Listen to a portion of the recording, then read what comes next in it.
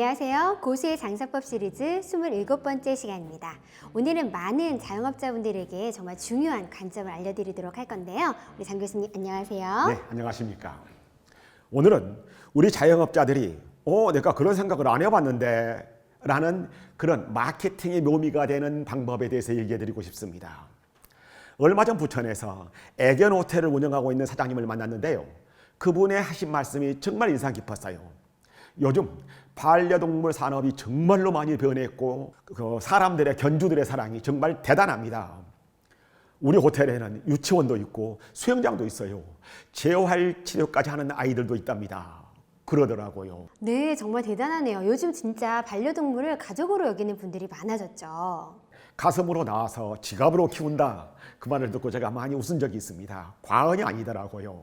그런데 이 사장님과 대화하면서 제가 정말 중요한 것이 하나 더 있구나 하는 깨달음을 제가 얻었었어요. 바로 우리 자영업자들이 평소에 전혀 생각하지 않고 있는 것인데요. 여기에 큰 기회가 있을 수 있겠다. 그걸 말하고 싶습니다. 이 애견호텔 사장님께 마케팅 방법을 물어봤더니 SNS를 통한 반려견들의 일상을 공유한다고 하시더라고요. 매일 호텔에 찾아오는 강아지들 사진을 올리고 수영하는 모습이나 놀이터에서 노는 영상도 공유한다고 해요. 그러다 보니까 자연스럽게 입소문이 나더라. 이렇게 얘기하시더라고요. 네, 정말 좋은 마케팅이네요. 그런데 제가 호텔을 찾는 고객들은 어떤 경로로 찾아오시나요? 라고 물었더니 이렇게 대답하시더라고요. 대부분 기존 고객들의 추천으로 오시는데 처음 반려견을 키우시는 분들은 아무래도 동물병원이나 펫샵에 소개로 오시는 경우가 많아요.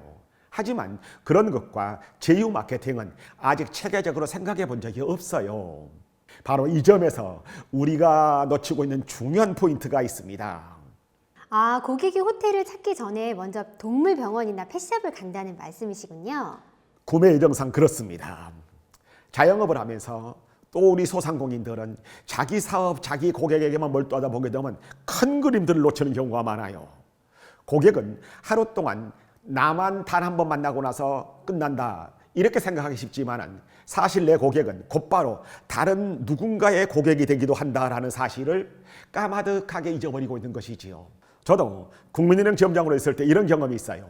약 7,000세대 아파트 밀집단지에서 주택 구입자금 대출을 두고 은행 간 경쟁이 치열했었는데요. 저는 길목 지키기 전략을 선택했었어요. 부동산 중개사와 손잡고 매매 계약서 작성 시점에서 대출이 필요한 고객을 정확하게 포착한 것이지요.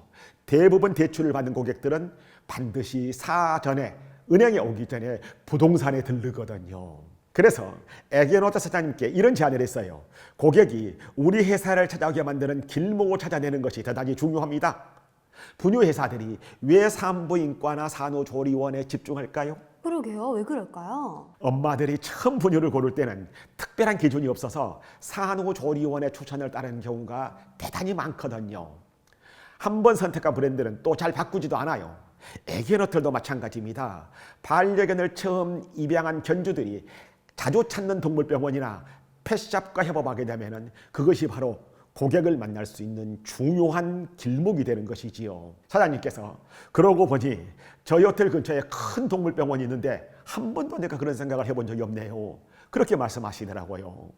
네, 정말 새로운 관점이네요. 그런데 여기서 우리가 또 하나 더 생각해 봐야 될 것은 이러한 협업을 통해서 고객 기반을 서로 연결하면 각 매장의 서비스 가치가 단순한 더하기가 아닌 곱셈 효과로 증가한다는 점입니다.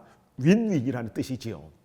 실제로 강남의 한 학원 근처 카페 사례를 보게 되면 카페가 학생 고객을 확보하고 학원은 카페와 제휴해서 스터디 세트를 제공을 했었어요.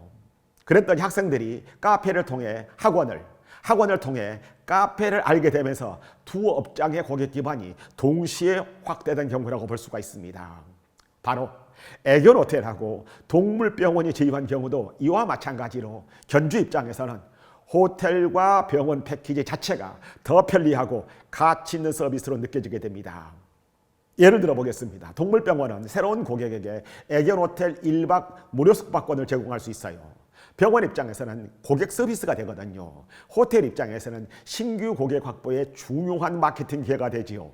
실제로 이런 무료 체험권을 받은 고객의 80% 이상이 실제로 호텔을 방문하고 그중 상당수가 단골이 된다는 연구 결과가 있어요.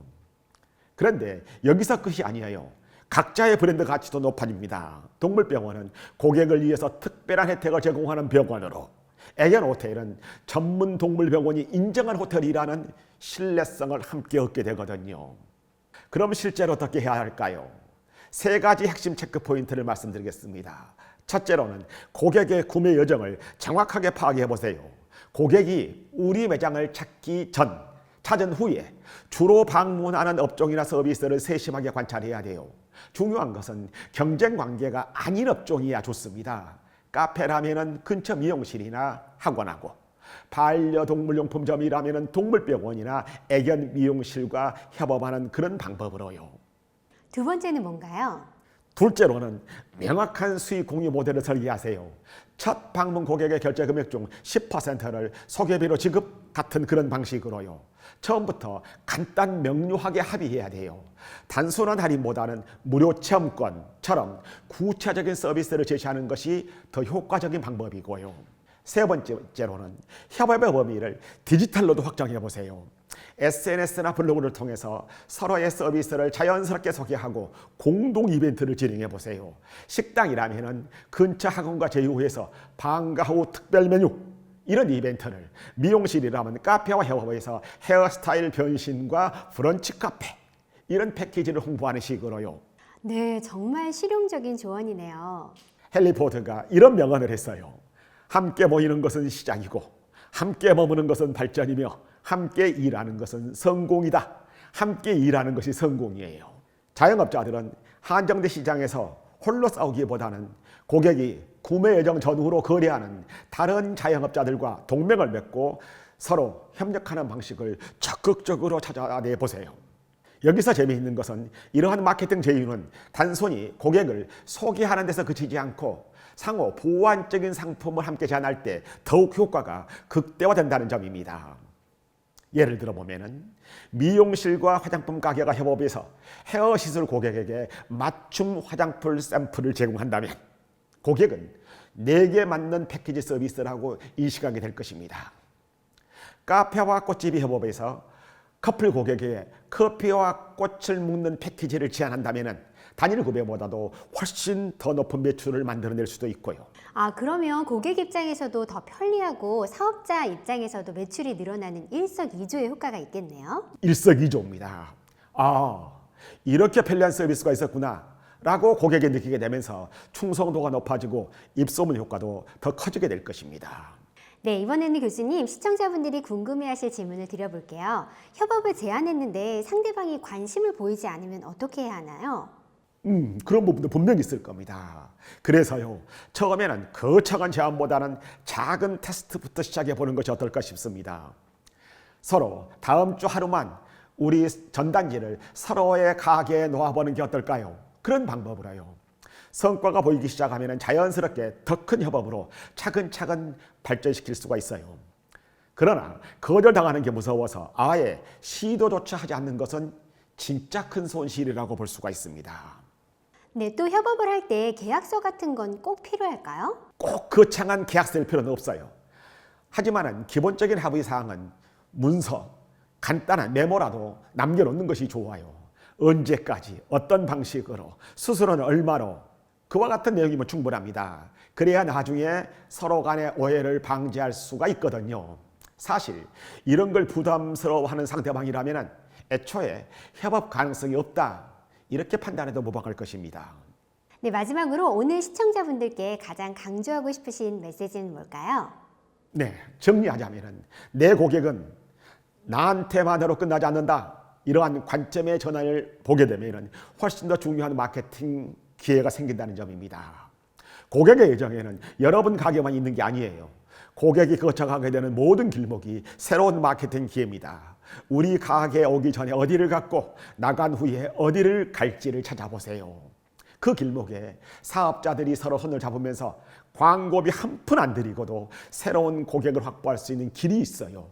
혼자 열심히 하는 것보다는 함께 똑똑하게 하는 것이 진짜 고수의 장사법입니다.